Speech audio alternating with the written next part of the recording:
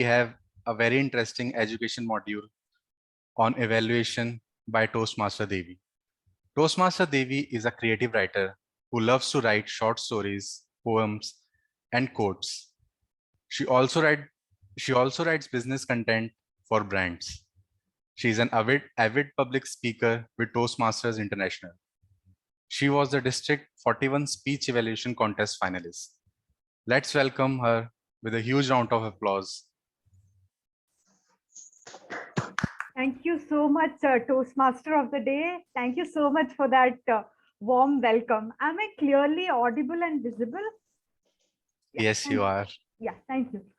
Before I start off with the session, I have a confession to make. That is, 2 to 3 years back, I was so scared of speech evaluation. I always used to miss this opportunity of evaluating a speech. I preferred a small auxiliary role player, role, or just I was happy with giving a speech. But evaluating a speech, it never crossed my mind.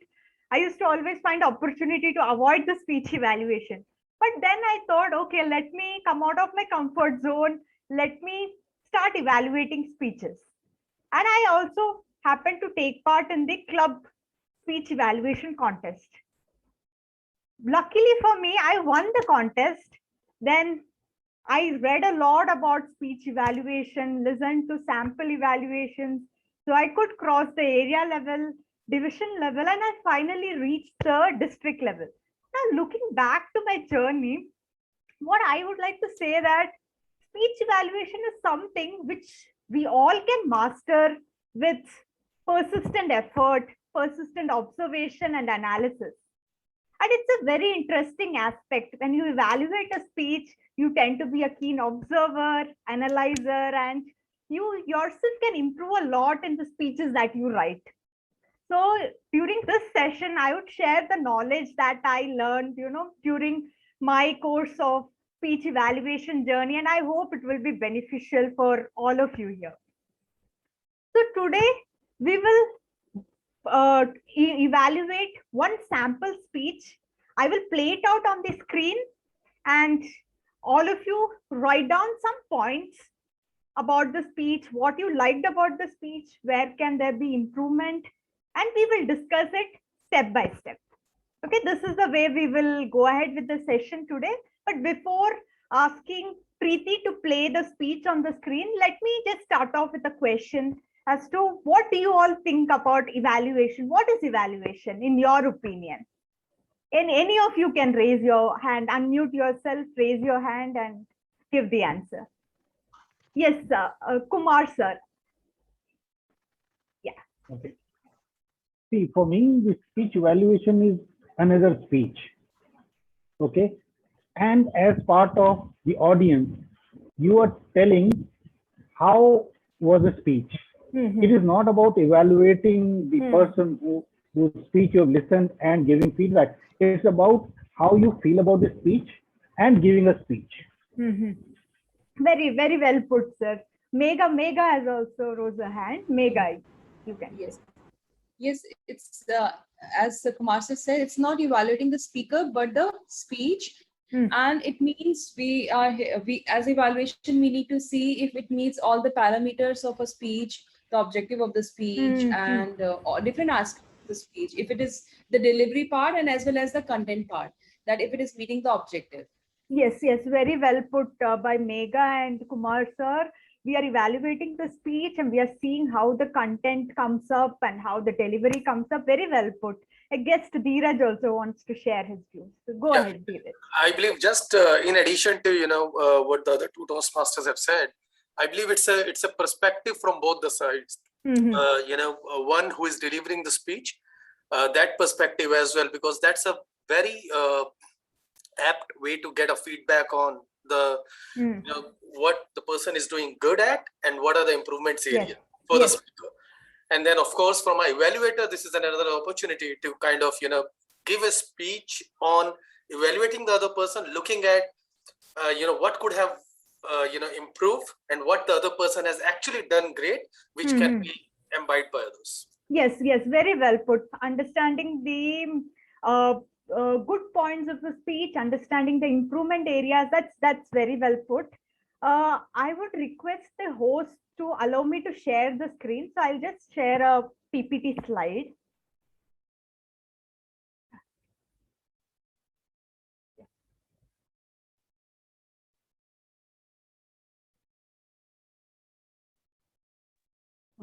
Devi, now you can share. Yeah, thank you. Thank you. Is my screen visible? Yeah, thank you. So as all of you put it rightly, speech evaluation is nothing but giving constructive feedback to a speech. You tell the positive points, the positive areas, then you suggest the improvement points. And not just you tell them what went well and what can be improved upon, you also say how it can be improved upon. So that brings me to the skills of a good evaluator. That is, a good evaluator should be a good observer. The good evaluator should know what are the different aspects of a speech, like opening, body, dialogues, transition, pacing, and after observing, analyze these aspects. How was the opening delivered? How was the body? Did the transition happen smoothly? And so on. Once you observe and analyze the aspects, you go for articulating the speech evaluation. That is, you deliver the speech evaluation and you should deliver using an empathetic and compassionate tone. Because here at Toastmaster, our intention is to help the speaker evolve. So every speech that the speaker gives, he becomes a better version of himself. So you need to be very empathetic and towards his feelings and give the speech evaluation in an encouraging tone. So these are the components of a speech that you need to keep in mind.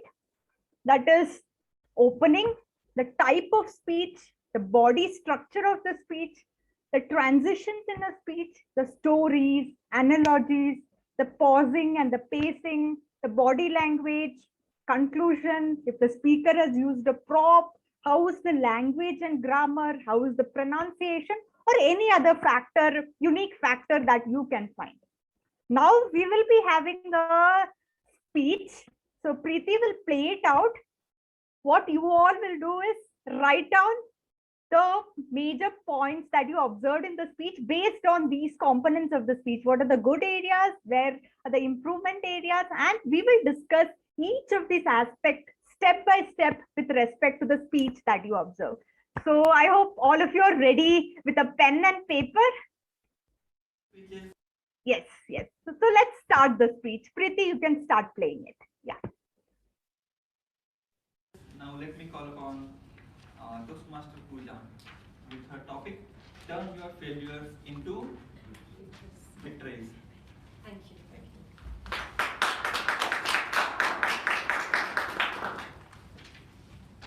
Let me tell you a story about how a walk on a snowy night at 4 a.m. in Southampton changed my life. In September 2011, I started my Master's in Human Resource Management journey at the University of Southampton in United Kingdom. Honestly, I had the worst time of my life when I was in the UK. Let me give you a little bit of background over there. I had taken 1 year to convince my parents to let me go to the UK for my master's. Maybe more than 1 year. When I started my curriculum, I was pretty confident that I would pass my master's in no time. And I started my journey, after all. In September 2011, I started my course and I was about to take my first semester examination in Jan 2012. The exam mechanism in UK is a little bit different as compared to India. In UK, they're expected us to write a short essays as answers without copying the data from anywhere. And all that while, I was assuming writing an essay, what is the big deal? Sure, I can do that. After my last exam, I ran to the bus stop where my two best friends were waiting for me as we were about to fly to Dublin. After all, who cares for exam when you get to visit Ireland's Temple Bar area with your besties? I had an amazing time for 5 days in Dublin. Okay, I will save all the details for my next speech, don't worry. After returning from my Ireland trip, I was in happiness abundance and living in the beautiful memories. And I did not see the tsunami of negativity coming my way, which destroyed my beautiful lake of happiness. I had flunked in 3 modules, and this was for real. All of a sudden, my beautiful lake was dry. There was no water in my life. When I looked at the future, all I could see are 6 new modules to pass, a dissertation of 15,000 words, and 3 backlogs. Those 3 backlogs started following me everywhere. When I wanted to laugh with my friends, when I wanted to talk to my mentor, and when I wanted to smile, it was always there, haunting me like a ghost. In just 4 months, my life shifted from a winner girl who never failed at anything in her life to a loser girl who failed in UK.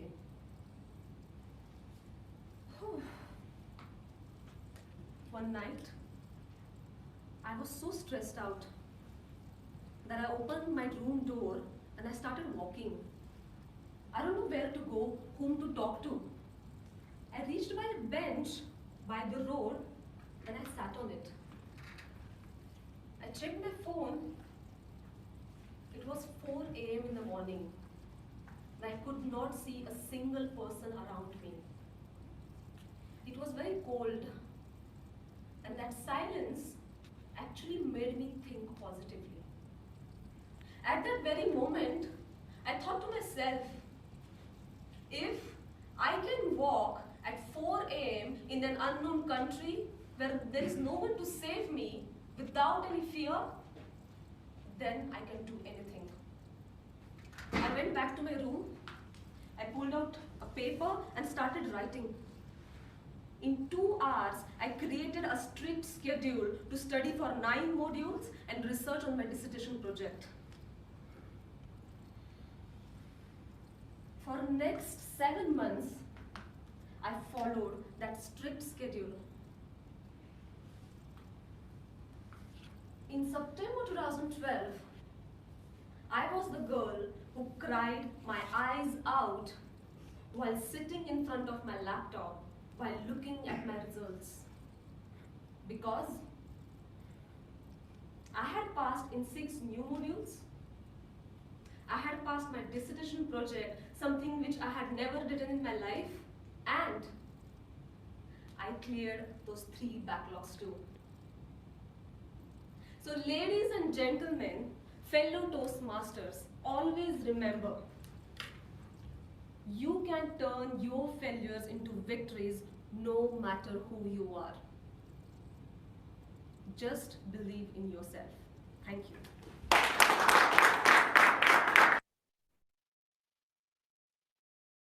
I hope all of you have made notes and all of you have well observed the speech components. Now let's have a discussion on different aspects of the speech as to what went well, where we can improve upon, and let's make it interactive and let's discuss more in depth and see how it goes.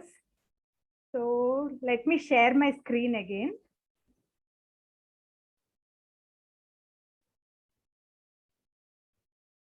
Yeah. first I want to ask you all, what was the type of speech? Can any of you identify the type of speech? Motivational speech. Yes, you can say motivational speech. Motivational. Yes. Motivational or you can say inspirational speech. So Yes. first and foremost, when you listen to a speech in a speech evaluation contest, you need to identify what is the type of speech. Is it informational, educational, or persuasive, motivational, or humorous? Why is it important to identify the type of speech? It's important to identify the type of speech because each type of speech requires different form of delivery, different gestures, different stage movements. For example, you take an educational or informative speech.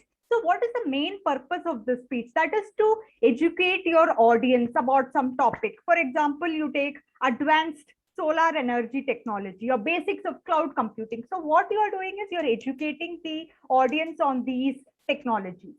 When it comes to persuasive speech, you are trying to, convince the audience to believe in a particular viewpoint. Maybe you are giving a speech on the topic, should death penalty be abolished? You have some viewpoint, your audience might have different, maybe you're trying to convince your viewpoint. So that is a persuasive speech. Coming to motivational or inspirational that you saw just now, it's about sharing maybe your experience or other person's life-changing experience and inspiring the audience to take an action. For example, you give a speech on top 10 habits of successful people. Okay, listening to that, the audience will be inspired to change their own habit. So now coming to humorous speech, as the name suggests, it tickles your funny bones. So that is a humorous speech. So it can be on any topic, your life incidents, a sad life incident, you look at it in a humorous way, funny way, and you can present a speech. Now, any other type of speech could be a your travel speech. You have gone on a travel and you just want to share your experience. So that could be a different kind of a speech. So first and foremost, you identify the type of speech the test speaker has given. After that, what you need to do is observe the speech opening. Yeah, let me get it. So in this speech particularly, I would like to ask you all, how is the speech opening? Was it fine or is there a scope for improvement? Any of you can unmute yourself and share your views. So at the beginning, there was a small pauses. So it's okay to... I think in the beginning, it's okay. She took some time. That's totally fine. I think that we can give her the honest view. That's totally okay.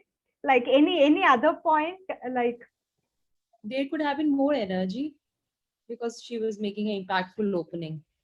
Yeah, one we can consider that little bit more energetic, and also I felt that she could make the opening little more intriguing and little more suspenseful. Like she started off by saying that imagine walking at 4 a.m. in Southampton. I'm going to tell you a story about how, instead of saying that I'm going to tell you this, she can directly show it. Like she used the telling approach. Maybe she can directly show, saying that I was sitting at 4 a.m. in Southampton and I was thinking about this. It's like an action mode she could have shown and in a suspenseful mode, and then come to the actual point of agenda. So what you need to look into a speech opening is it intriguing? Is it unique? Is it dramatic or suspenseful? Or is it thought-provoking with some questions? For example, some speakers start with the startling questions that could be very shocking to the audience. The audience will be hooked. The intention of speech opening should be to hook your audience. And they say that 30 seconds is the maximum time that an audience gets hooked. If that 30 seconds you have the audience with you, they'll be in your speech, involved in your speech throughout the body part and conclusion. So see if the test speaker was able to hook the audience with an innovative opening. If the opening was innovative. Probably you can consider it in your evaluation. But if it is not innovative, or if it is just ordinary form, routine form, then it's fine. Don't touch the subject of speech opening in your final evaluation report. So just keep this in mind. Observe the opening. Was it bang on? And was it to the point? And was it very interesting? Now coming to the speech body. So what did you all think about the speech body? Was it well structured, or was there a proper chronology being followed? Any of you?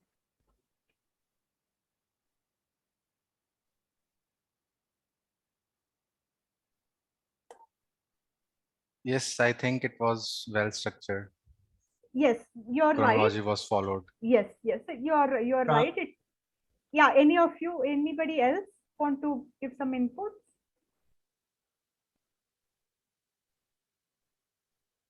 I think, yeah. Maybe she can, throw some light on.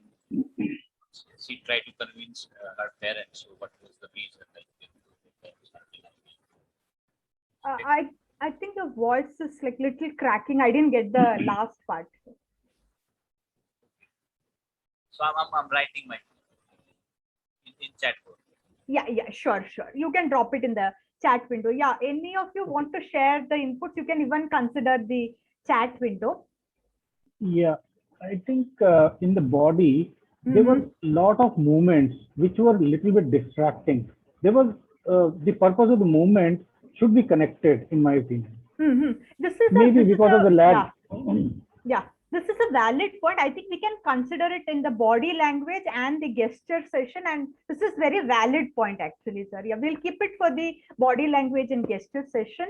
And yes, I felt she followed a proper chronology, because she started with her downside in her life, then how she overcame. Yes, there was a definite pattern being followed.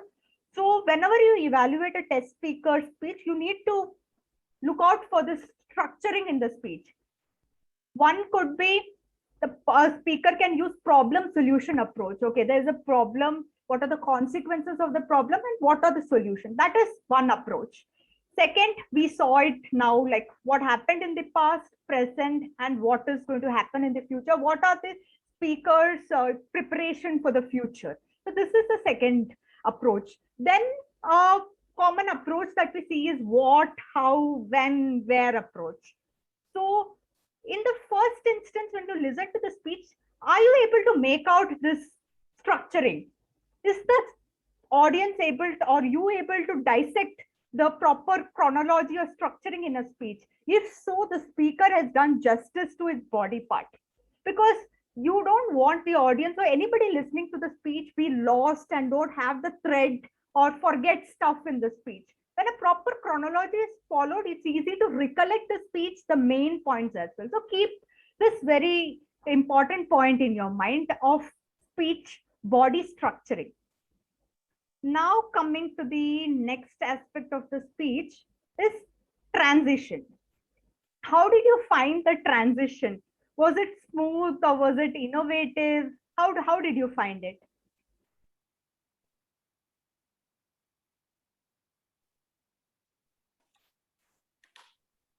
I think I found it, kind of smooth, and also it was with a very good examples of transitioning from a winner to loser. Those kind of phrases were used, which as an audience, I could relate to how the situations is kind of changing from the earlier level to the now a kind of a sad and losing one. Yes.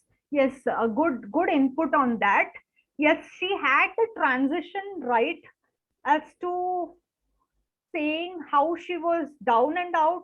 Then what she did next was writing her goals on a piece of paper and then overcoming the problem. Yes, transition was smooth and it was, I won't say it fully innovative, but yes, we were able to make out the transition.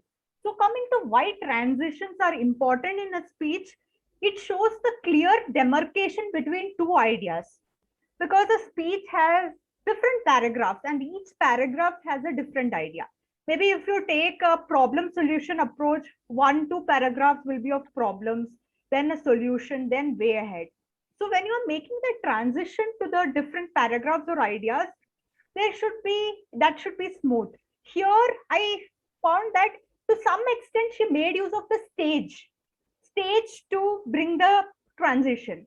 Second way of making transition some speakers uses, they make use of words like however, firstly, secondly, thirdly. If they are making 4 points, they'll say firstly, secondly, thirdly. So that words denote that a speaker is making transition, and the audience can change their mindset and come to the different point. They'll be well attuned to receive the next point. So this transition, it's very difficult to observe when the speaker has a very high pace. So you need to be very careful to observe the transition. They would have used 1 or 2 transition words, but if you can pick this out very well, it will really add value to your speech evaluation. So make sure that you keep these transition techniques in mind. And I forgot to tell you one more transition technique, that is questions. Many speakers make use of questions to transition between 2 ideas.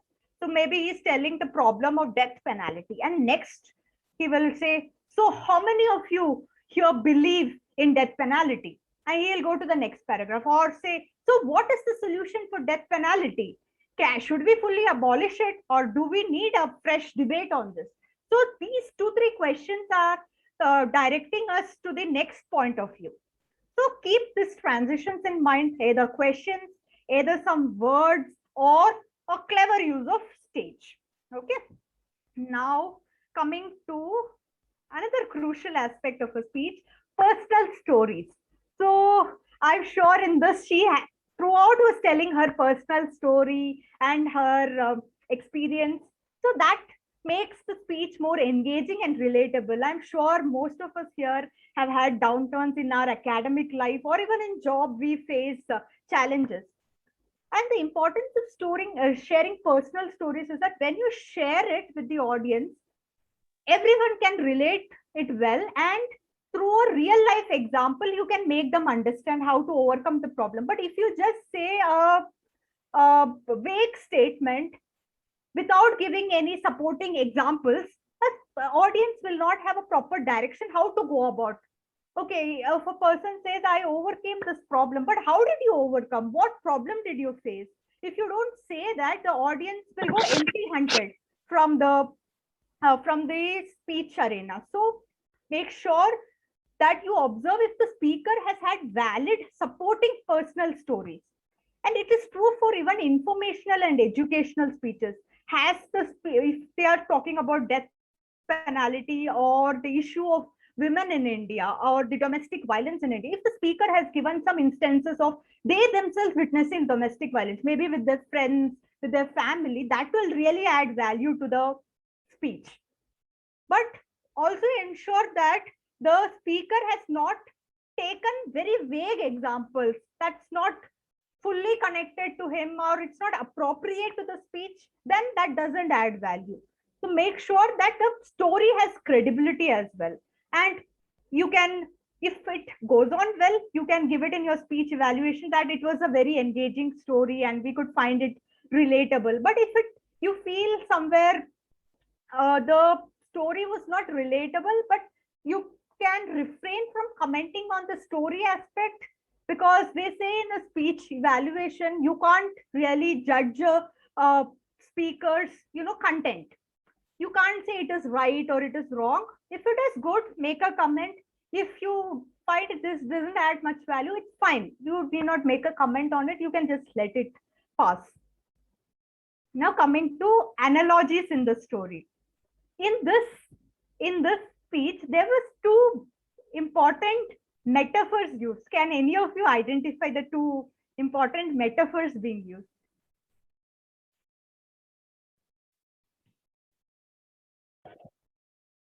Lake. One was haunting me like a ghost. Haunting me like a ghost. Yes, Always there. Yes, this can be considered as a simile. Yes. Yes. Simile. Yes, you are correct, Preeti. Yeah. Anybody else? Lake. Yes, lake. Lake was a correct example. So one was of ghost, like Preeti mentioned, it's a simile. So what is a simile? Simile is a direct comparison. You are saying like a ghost, like somebody.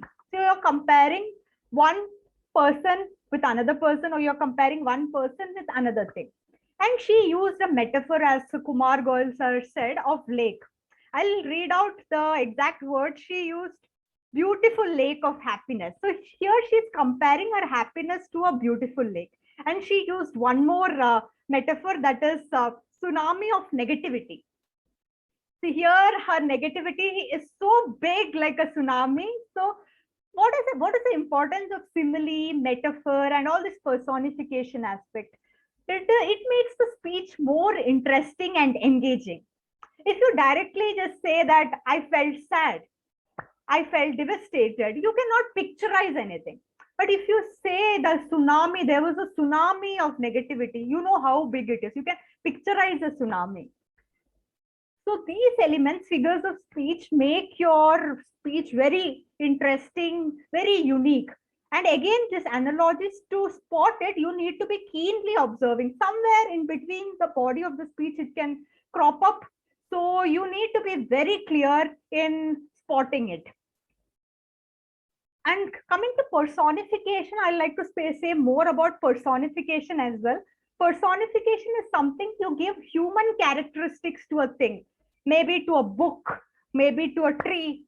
So if a speaker has used such personification also to put across his point clearly, do consider it in your speech evaluation and do point it out. Analogies are something which many of the evaluators tend to miss out on. If you can observe these small nitty-gritties and aspects, it will really make your speech evaluation unique. And in a contest, the more unique you are, the more different you are, you can lead in a speech evaluation and you can win a speech evaluation. Now coming to the pauses and the pacing aspect. So particularly in this speech, how was the speech? Was it too slow or fast? Was the pause at the right place? Like what do you all think? Like first take on this. I don't think that it was too fast or too slow. It was appropriate. Yeah, very right. It was spot on, rightly put. The speaker was not too fast, was not too slow as well, and pausing also happened at the right time. So why is pauses and pacing very important in a speech? So if you are too fast, the audience may not grasp your ideas. And if you are too slow, the speech can become little boring, I can say, or little monotonous. But don't mention these terms boring and like monotonous in the speech evaluation. We can use a better word, like maybe you can speed up a bit when you're giving the evaluation. So the right pacing is necessary for the audience to correctly grasp the idea. And also at the right places, you need to pause, especially in a humorous speech. The punchlines that you deliver should be followed by a pause. So you're giving some time for the audience to laugh out, or you are playing a scene, or you are enacting a dialogue. The punchlines or the dialogues should be given with a pause, because a normal conversation doesn't happen in very like fast-paced manner. One person listens to the other. So the pauses and pacing is very important that you need to look for in a speech. Now coming to the tone, how did you find her tone? Was it same throughout, or was she expressing happiness, sadness, or anxiety clearly? Like, what do you all think? I think it was pretty clear when she was happy, when she was sad or anxious. She demonstrated it very aptly. Yes, I can say, Max, to some extent, fine. Yes, she demonstrated happiness because she had that constant smile throughout her face. That was a plus point. But one place where I felt that she could show the emotion better was especially when she told about the haunting aspect. That eye expressions, that sad emotions can be little more in her tone by saying that really haunted me. and coupled with the eye expressions. So that only that aspect I felt that she can bring in that sad emotions, anxious emotions little better. But no doubt she had a full happiness on her face. That was very well done. But when you're giving recommendation, you can tell her that you can improvise on your the sad emotion aspect. Coming to the body language, yes, like just now I even covered the eye expressions here. So this consists of eye contact, the stage movement, the gestures, the facial expressions. What do you especially think of her stage movement? Just this aspect I'll focus right now. How was the stage movement?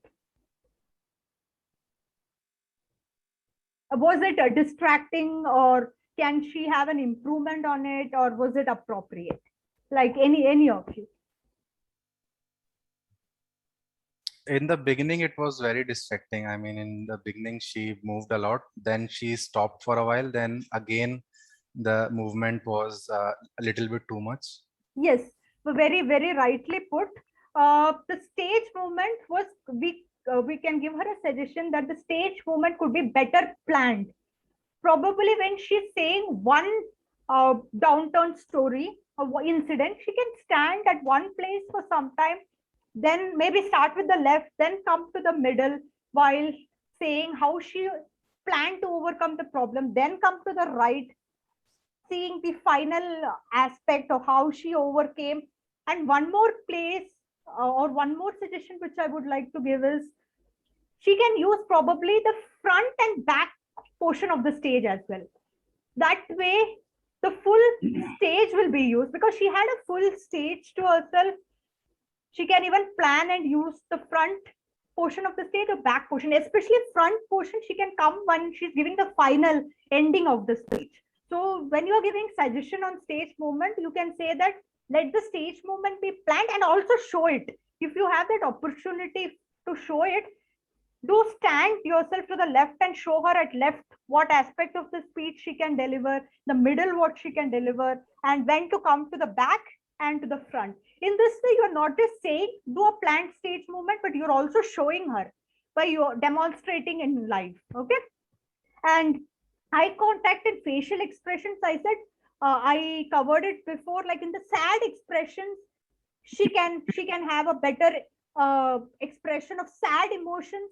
Though she was smiling throughout, the sad emotions can be made better. And coming to the gestures are of two types, like open hand gestures or closed hand gestures. So here in this speech, I felt, yes, she was using hand gestures to a good extent and she was using it well.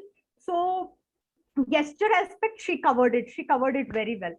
Why gestures are important is there are some call phrases or messages in a speech which gets reiterated by gestures. So I'll take the example of Dhananjay Hitaraki.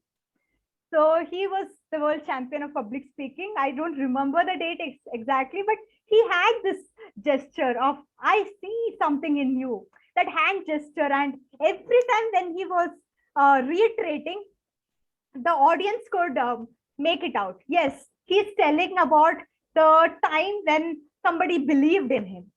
I think two people are raising their hands. I'm not able to make out who are those. Like, any of you, could you help me out? And just, I would like to. I have a question on the how much stage movements, or what is the maximum distance we should cover? We have seen that when she was moving, we were seeing that she was visually creating or the speaker was speaker created visual distraction, because there was a lot of movement, like 5 to 6 steps movement, and that created a lot of distraction. Yes. So how much is the best? Yes, you're very right, sir. There was like too much fast movement, and that was really distracting. So what you can suggest to the speaker is the stage movement should be smooth. While moving, don't speak much. Take a position, stand at one corner and speak. That way, the speaker won't, the speaker may not be distracting the audience. So coming to your question, move smoothly, stand at a point, maybe left, right, or center, speak for 1 minute or speak for a time, for a particular time, and then slowly move to the other side. At a single shot, don't go from left to right. Take that middle position, then slowly go to the right position. I hope I've answered your question.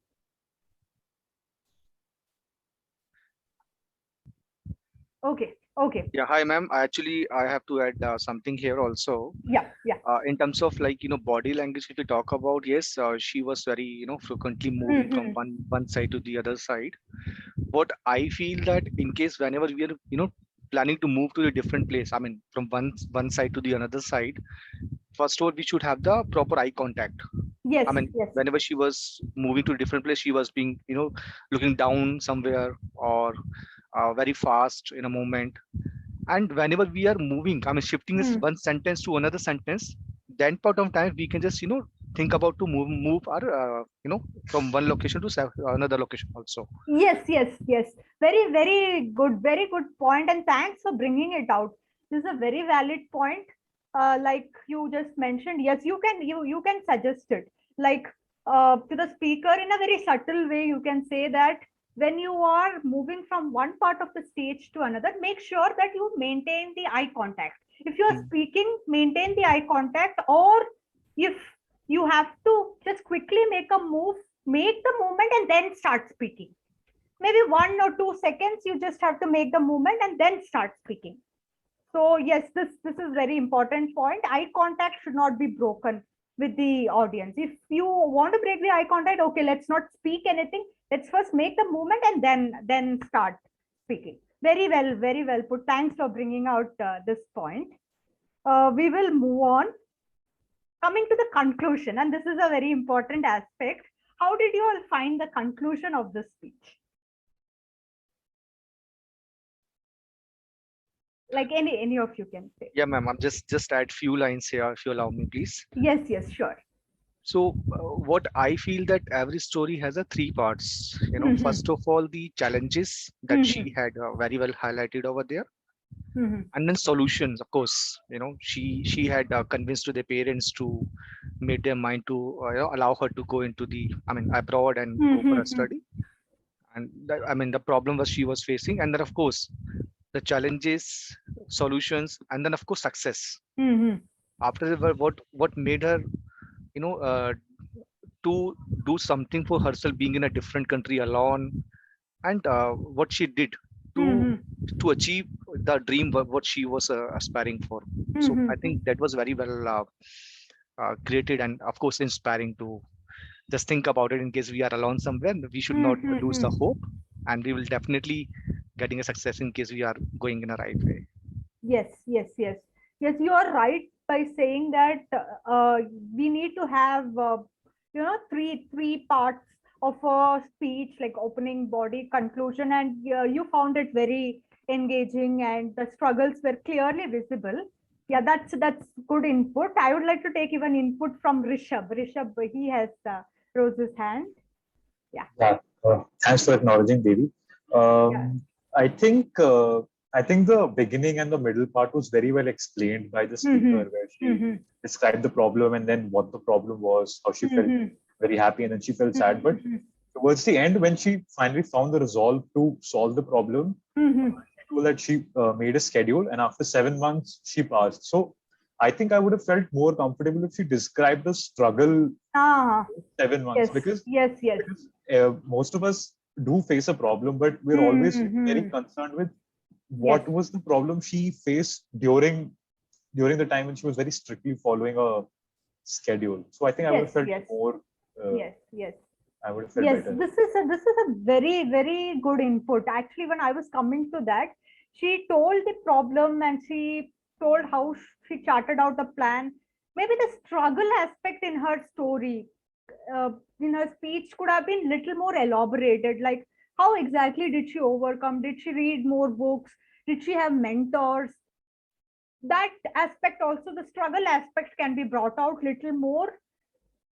But be careful when we are giving this feedback, because we normally do not comment on the content of the speech as to whether the content is right or wrong. It's her story. We can't comment on the content, but maybe in a gentle way, we can tell her to consider adding this aspect of struggle. If it's comfortable to her to add it, you can suggest it. It's a good suggestion to tell it. If you don't have, much other points to add, the struggle, this aspect becomes very important. This you can try inculcating in the speech evaluation. Now, thank you, Rishabh, for bringing out this point. I saw even guest Dheeraj raising his hand. So, guest Dheeraj, if you wanted to share something. Yeah, thanks, Toastmaster Devi. Yeah. I believe I had 2 points, and one has been very aptly covered by Rishabh. The second one, which I want to mention, is I believe the celebrate success moment. While you have gone through the complete journey, the story, from first stage to second stage, the third stage to me it looked little short in terms of how that celebrate success moment was enjoyed. And then with that celebrate success moment, probably she could have kind of shared it well with the audience so that they also would have felt that success in their mind, and then the closing can be given with little more focus on what's the end message in terms of story for the audience. It was, to me, was abruptly closed. Yes. That was one of the major answers I was looking for, and good you brought it for Dheeraj. The ending, even I felt, could have been summarized better. She all of a sudden came with the two lines. She summarized it, or I can say she ended it. Probably she could have taken a little more time and summarized her problem, then how she overcame it. Probably that would have had a better impact. Probably she can add this. She could have told the same points that she told initially, like I was there at 4 a.m. and then I flunked in the subject, but here I am as a success, or here I am overcoming all the problems. And probably she can add some quote from a great personality. So that will give a powerful ending to a speech. So they say that a speech, not necessarily it need to have a message. For example, if you take a travel speech, you're just sharing your experience. So this speech may not have a proper core message, but whenever there's a scope of message, make sure that you come out with that clearly in the summary aspect or the ending aspect. Because after listening to your motivational speech, you really have to be sure what you want the audience to do. If the speaker is giving an inspirational speech, after listening to this, what is the takeaway for the audience? There should be a callback, or there should be a call to action present. So identify if the speech requires a message. Has the speaker covered it? Is there a takeaway message? Is there a call to action present? And secondly, see if it is smooth or abrupt. Even coming to the conclusion, there are some smooth transition words like overall, or so finally, or going ahead. In this speech, if I had to give a conclusion, I would say going ahead. When I look back on my journey, I was such a naive girl all alone here. And then I had a lot of problems mounting on me. But then I didn't allow the problems to overcome me. Instead, I strived hard and overcame the problem. If I can do it, all of you can do it. If I can work hard, all of you can achieve that pinnacle of glory. Some inspirational lines and a little summary of the speech, and end it on a powerful note, maybe with a quote of some great personality. So a concrete conclusion, see if the speaker has ended the speech on a bang on concrete note. Okay, then let's come. I want to add one more point here. Yes, she brought in that believe in yourself, you can overcome it. I think this was too little too late. If you are adding a new, or if you are bringing a new premise, because till the end we were thinking the premise is that you can overcome your whatever weak problems, whatever. The premise was looking different, and the premise suddenly abruptly changed. So this is again was a little bit distracting for me at least. Yes, that this is a very crucial point that Kumar sir just mentioned. be clear with your premise or stick on to that message throughout as well. Like be very clear from the beginning and reiterate that message in the end. Okay, like you in the beginning of body, you say some message and in the end it is something different. Then it gets confusing for the audience. Stick to one core message. So thank you for bringing out that crucial point. Then now let's move on to the prop aspect. So in this, she used one prop that is sitting on the chair. So when you are evaluating a test speaker for the prop usage, see if it is innovative, see if it is justified. Here she used the prop of sitting on the chair. Yes, that gave a different style to the speech. We never expected that she'll go and sit on the chair. That was coming. It was a little momentum or that monotony breaking, you can say. Yes, in this speech, it was justifiable. Some speakers use prop as an analogy to enunciate their meaning of the speech or message of the speech. For example, Dhananjay Hitaraki used a flower very beautifully, a withered flower. How he withered it, put it in a dustbin, and finally he picked it up fully, a healthy flower. So here his analogy was, he was like that withered flower and many people helped him heal. So you can, if the speaker has used prop as an analogy, you should definitely mention it in your speech evaluation because the prop has formed a major aspect of the speech. So in this speech, I would say it just played a minor role. And here you can consider leaving it out. If it has played a major aspect of the speech, yes, you can go ahead and you can mention it in your speech evaluation. Now, coming to the language, how did you find her language and word choice in this speech? Yes, it was easy to understand. The word choice also was fine. And you need to keep in mind the type of audience when you're evaluating the language, because different types of audience have different language capabilities and understanding. Because when a speaker speaks to an academic audience, he or she can use technical words or technical academic words or jargons. But when a speaker speaks to maybe a bunch of teenagers or a bunch of college students, the language has to be totally different. They may not understand complex language, complex vocabulary. You need to use simplified language.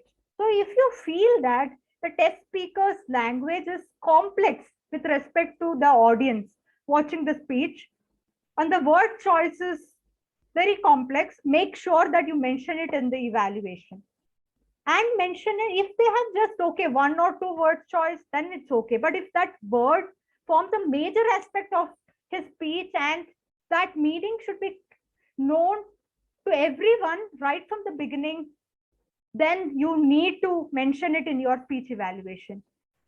So you can give a suggestion like, when you are using technical terms, make sure that you give a brief overview of that in the beginning itself or a basic concept, then you elaborate on it. Or if possible, try to avoid it and use a simplified term. Either of these suggestions you can give. But before that, you need to have a proper understanding of the audience, and then you can make a judgment as to the language is appropriate or not.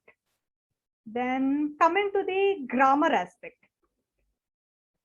And grammar, it's a very sensitive area to touch upon, because we've seen there are number of good speakers who may not have very flawless grammar. Maybe here and there they make grammar mistake. And grammar is something usually we don't point out in a speech evaluation, because we say that the main intention of the speech is to send across a good message. So if the message is clear to the audience, irrespective of a bad grammar, then it's fine. If the audience applauds the speech for its good message and they are able to follow it, then it doesn't matter. And grammar, you need to really point out, or that I can say is the very last resort. If you have no point for giving a suggestion, hardly any points, then you can pick the grammar. But I would suggest mostly don't pick grammar focus on the message, focus on the body part and structuring. Coming to pronunciation, again, pronunciation, just like grammar, if it impedes the flow of a speech, or if the audience is really not following major aspect of a speech, think of pronunciation. Because if you take India for that matter, we have different languages, different dialects. Everyone will have different pronunciation. Even English, we have different way of pronouncing. But if you are able to really grasp the meaning of a test speaker speech, that's fine. If the audience is fine with it and even you are fine with it, pronunciation is something I would say the last resort you need to use in your speech evaluation. I think Rishabh had raised his hands, and Rishabh, you can go ahead. You have any queries? Yeah. Yeah, I have a doubt that previously you mentioned about analogies like Yes. metaphors, Yes, personification, yes, yeah. really, and this point also grammar. So when we are doing evaluation in club, not in contest, but in club, so is it a role of evaluator to point these out, or is it a role of grammarian? I would say majorly it's the grammarian who points it out in detail. But since it's a club level, and since here you are more focused on the person to improve upon. See, in evaluation, you have that mindset that you have to win. Yes, we go in that competitive mindset and that mode we go, and we try to prioritize the points and we try to win. But in a club level, it's fine. You can, in a friendly way, because all the members are known to you, friendly way, you can suggest that maybe some aspects of grammar you can take part, and grammarian will mention it more in detail. That way you can go ahead, Rishabh. Okay, I hope it is sir. clear. Yeah, clear. Yeah. Okay. Now, I just recollected one aspect about the stage movement. Stage movement, as I mentioned before, that not every speech requires a proper stage movement. In this speech required a stage movement because she was using a chronology. For example, if you are making use or telling presentation, or you're giving a presentation, business presentation, and you're playing a PPT out on stage, there you need not have a planned stage movement. You can choose to stand on the left side of the stage or right side of the stage and give a presentation. If you happen to listen to such test speech, if at all you get such a test speaker who is playing out a presentation and is giving on a serious topic, you need not consider commenting on the stage movement, telling him about planned stage movement. If he is properly standing at one side of the stage and the screen is visible and there are no distractions, then it's totally fine. You need not comment on the stage movement. I just wanted to tell about this aspect that was missed out before. So now finally, after evaluating all these major aspects, if you have any other point to mention, maybe a callback phrase or gesture, or how the speaker has interacted with the audience. Has the speaker interacted well? Maybe if a person is giving on an informative topic that requires him or her to collect a lot of inputs from the audience, has the speaker, well interacted with the audience? So that is very important. You can mention it in the evaluation, whether the speaker has really interacted with the audience, and you can give suggestions as well. Probably you can put questions to the audience. Probably you can collect their inputs. That will add value to your speech, and you can better frame the idea. So that way you can give the evaluation. So now let me share my screen again. Yeah. Now we understood how to observe the different aspects and how to analyze. Now let's come to how to deliver a speech evaluation. So this is very crucial aspect. You have observed, you have analyzed, you have noted down in your paper. Now, how do you deliver the speech evaluation? Because you just get 2 to 3 minutes, just 2 to 3 minutes to give a speech evaluation, and you need to make maximum use of the time, and You need to be sure about each and every word you use and each and every sentence that you use. So I would say in a Toastmaster speech evaluation, more weightage is given to giving recommendations. If you see the ballot, more weightage is given to, I think around 30 to 40 marks is given to giving recommendation. We often go with a mindset that you need to praise the speaker, you need to give more positive points. No, more weightage will be given to what are the recommendations, and if the recommendations are useful, what are the recommendations? Are they useful? Are you properly showing how to use or improve upon, or how to use those recommendations? So usually we use a CRCS approach, that is commendation, recommendation, commendation, summary approach, or CRS approach, commendation, recommendation, summary approach. So first I would say start with a one-line introduction. Here you can make use of the type of the speech. You can say that the speaker gave a inspirational speech that was so relatable. Just end it in 1 or 2 lines. You don't have to go and dig too much into the specific of the speech, because that will consume a lot of time. Intro should be maximum 1 or 2 lines. Start with 2 to 3 positive points and be quick in delivering the positive points. And you can go up to, I can say 1 minute 40 seconds, so maximum 1 minute 50 seconds to start the introduction and give the positive points. Then more than 1 minute should go for your improvement areas.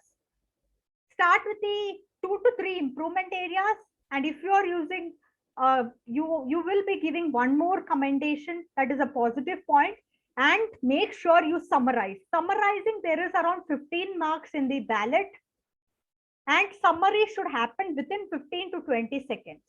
Maximum by 3 minutes, because 30 seconds is the grace period. Maximum by 2 minutes, 50 seconds, or by 3 minutes, you need to complete the evaluation in CRC mode.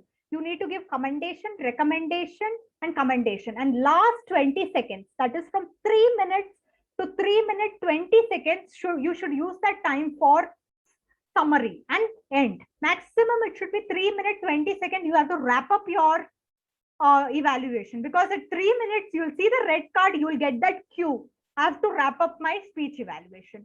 So this is the split up, as you can see on the screen. 1 minute 50 seconds maximum. Sorry, it's not 1 minute 50, it's 1 minute 30 seconds maximum for introduction plus positive points. Then till 3 minutes you give the improvement areas and the next commendation, and finally the summary aspect will be for 15 to 20 seconds. Now there is something called the use of words, use of encouraging words or short phrases. In an evaluation, as I mentioned before, our aim is to encourage the speaker. So make sure that the words that you use are positive in nature. Let me just tell you about some positive words that you need to use. So instead of saying that the speech was abrupt, ended abruptly, you can say that you can work on little more on the ending. Or you can use words like you can enhance the quality. Or don't use the words like it's boring or it is monotonous. You can say that you can little bit work on this aspect, then the speech will become more engaging. Audience will find it more relatable. These positive words, make use of encouraging and positive words. And also, as I mentioned before, show how the speaker can improve. And third point is a very crucial aspect which we all try to, we all tend to forget. We will take the speaker's word and try to interpret it and repeat it again and again. That will consume a lot of our words. Instead of saying that the speaker spoke in depth about metaphors and metaphor is so and so, we don't need in-depth explanation about the speech. We just need to take inference from a speech. Okay, she used a metaphor. Don't elaborate much about the metaphor. Just tell how the metaphor affected the speech. The metaphor improves the quality of the speech. The metaphor made the speech more visualizing in nature. take the inference, how one point in a speech made the speech different. So interpret the message in a speech, interpret the speaker's words, but not repeat the exact words that the speaker spoke. And finally, evaluate the speech and not the speaker. This mistake we all make initially, that is, don't comment on the speaker's mannerism, style of movement. Just focus on his speech, the stage movement appropriate to the speech, hand gestures based on the speech, maybe a speaker's natural pronunciation or a natural way of shaking the head. No, much we need not go into a speaker's natural way of delivering. Just focus on the speech and appropriate gestures, appropriate structuring. That just need to focus on that. And this point also I mentioned before, as a evaluator, you need not interpret whether the message of the speaker was right or wrong, or the content was right or wrong, because it's a speaker story. We don't have any right to comment on the content aspect. Maybe you can suggest to add more content, or that is fine, but don't comment on if the content was right or wrong. And secondly, don't address the speaker by their name. Use the word the speaker. The speaker delivered the speech. Maybe the speaker can work on this. And last point that I want to make is, do not try to imitate anybody. Maybe there are some speech evaluators whom you admire, but refrain from imitating. In that way, you will lose your natural delivery style. And sometimes there are chances of comparison as well, and you will not be genuine in your delivery. I would like to just say, everybody, be confident in yourself. Be confident in observing the different unique aspects of a speech. Be confident in analyzing and deliver it in your own natural way. So just be confident that you have analyzed it well. And when you are genuine, the judges also will come to know, yes, this person is different and this person has unique points. And they will be fair in marking you. Don't worry about judges, how they'll be biased or not. No. If you are natural, definitely you will win points for that. And what will make you win the evaluation is your uniqueness, your unique approach in observation and analysis. Like I mentioned, aspects like smooth transition and literary devices, which many of us, require close observation to spot.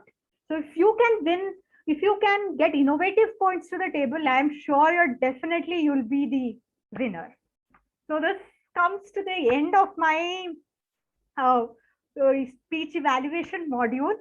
So in this evaluation module, I'll take up questions after one more exercise. I just want to bring in one more exercise. The same speech, I would like to deliver it. Timer, you can time me for 2-3 minutes. I would like to deliver it and show how exactly we can go ahead with the delivery aspect. And then I'll take the questions. I would have loved to have another speech and then I giving the evaluation, but then again, we have time constraints. So the same speech, if I have to give an evaluation, how will I use all these different aspects of a speech, and how will I use the encouraging tone, and how will I do it? So I would request the timer to start timing me. So I'll just start my evaluation. A timer, let me know when you are timing me. Can you start the timer device? And I'll start my evaluation. Sure, Devi. Yeah, so now time starts now. Yeah, thank you. What an inspirational speech. That was so relatable. I'm sure many of us had academic and work-related pressures. What a good title to start off with, turn your failures into victories. And I would like to appreciate the speaker for having a very good chronology. She properly said how she had the troubles in her life and how she overcame it. That was very well done. And the pacing and the pauses were appropriate to the speech. And I really liked the humor that she brought in by saying, I'll save the details for the next speech. Kudos on that aspect. The most interesting aspect of the speech that I loved was the use of metaphors like tsunami of negativity, the beautiful lake of happiness. That really made the speech more engaging and made the speech more relatable, and we could visualize the scenes. Now, when a speech is at a penultimate level, we can take it to the ultimate topmost level. So I have certain areas of improvement for the speaker. The speaker can work on these aspects like the stage movement. Probably next time when she comes onto the stage, she can have a planned stage movement. Probably while saying her problem, she can stand on the left of the stage, slowly come to the middle portion of the stage, tell the way she handled the problem, and finally come to the right side of the stage and say her success moment. Also, I would request the speaker to use the front side and the back portion of the stage so that the entire stage is used well. Secondly, if the speaker could work on the emotion aspect, especially the sad emotion aspect, she had a smile throughout the speech, and that was so engaging. If she can complement it with a very good eye gesture or very good eye expressions, especially when she's saying the sad aspects like the memories were haunting me. Probably she could say like the memories were haunting me. Lower her tone a bit. That will make the speech more engaging and effective. Finally, I would request the speaker to come out with a more balanced summary. Probably in this speech, the summary came out little quickly. If she could summarize all the main points, her problem areas, the way she tackled it, and who all helped her in this overcoming the problems, and finally, if she could summarize it, I'm sure she can take the speech to the next level. Finally, she had a good prop of using the chair that added a different tone to the speech. So to summarize my evaluation, the speaker had a good chronology with good pacing, pause, with good humor, literary devices, good prop. And finally, if she can work on stage movements, eye expressions, adding more balanced conclusion, I'm sure she'll reach the topmost level. All the very best for your next speech. And over to you, contest chair. So that way you can end the speech. Timer, how much time did I take? I just want to know. Yeah, so you take 3 minutes, 28 seconds. Oh God, I was almost nearing that 30 seconds grace period. Yes, be wary of that 30-second grace period. I must admit that I was not this time conscious of the timer card. Just watch that point where that red card is going up and start summarizing. Start summarizing within 15 to 20 seconds. I hope now you got a idea or a gist as to how you need to effectively deliver using positive points, encouraging tone, and a proper structure. Now we will open the floor for questions, and any of you have any questions, additional questions, feel free to ask me. Yeah, Devi, I have just some questions like how to improve the eye contact and the gestures. Like you told that open gesture for close gesture. Yes. If you are giving a suggestion on the eye contact, usually what we tell the speaker is, if you are finding it difficult to focus on different people at a time, what you do is go to your left, the left of the stage, pick one person and focus on him for 30 seconds. Then come to the middle, pick another person, just focus on that person for 30 seconds. Then go to the right, pick one person, focus for 30 seconds. Then you are giving the suggestion, you can say, you can probably work on improving your eye contact better. That is, when you're delivering the speech, make sure that you pick one person from the left side of the audience and just focus your entire attention on that person for 30 seconds. Continue the same with one person in the middle of the stage and go to the right and continue the same with another person for 30 seconds. And coming to the gesture aspect that you asked, if the speaker has had trouble using a proper open hand gesture or close hand gesture, you can give the suggestion by saying that when you next time when you come out to the stage and give a speech, make sure that you write down your gestures in the script itself, the speech script itself. Just like how we plan the content of the speech, you need to plan the gestures beforehand. When you're writing the speech, one area you want to give an open hand gesture, write it down in the script and practice in front of the mirror. And when you're recollecting the script, you need to also recollect the gesture. It comes, you can say the speaker, it comes with practice. Everyone, masters it with practice. So start writing it down in the script and start practicing in front of a mirror.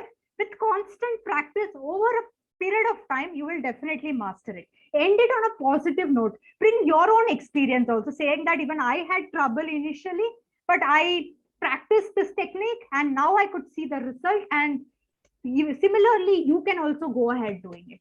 I hope I've answered these two questions. Yeah, thanks, Devi. Thank you. I'd like to just one more that in stage you told me that please contact in the stage. So like in Zoom, like I'm a bit confused that where is my face and where is my eye contact going on. So in Yes. that case, what Yes. This is a very important aspect. Sometimes even I have trouble. I get distracted. I look here and there. So I would suggest is look directly on the camera. If not, look at the members. See, you see some members smiling at you, nodding at you. Just acknowledge that. Okay, just keep looking at them. Make sure you don't go look at the wall or look down. Whenever consciously you feel that yes, I'm looking down, make sure you look at some of the members. And acknowledge their smiles and acknowledge their nods. It comes with practice. Initially, we find it tough, but it comes with practice. Over a period of time, I think, Piyush, you can work on it. Either the camera or people or the people on the screen, and acknowledge their reactions. That's one way to feel that the audience is right with you. You are attending a live session. I hope this is clear, Piyush. Yeah, thanks, Devi. Thank you. Thank you, Toastmaster Devi, for the wonderful session. The learnings were great. The session was very informative and engaging. Thank you. And, Thank you. Yeah. Let's give her another round of applause, everybody, please. Thank you.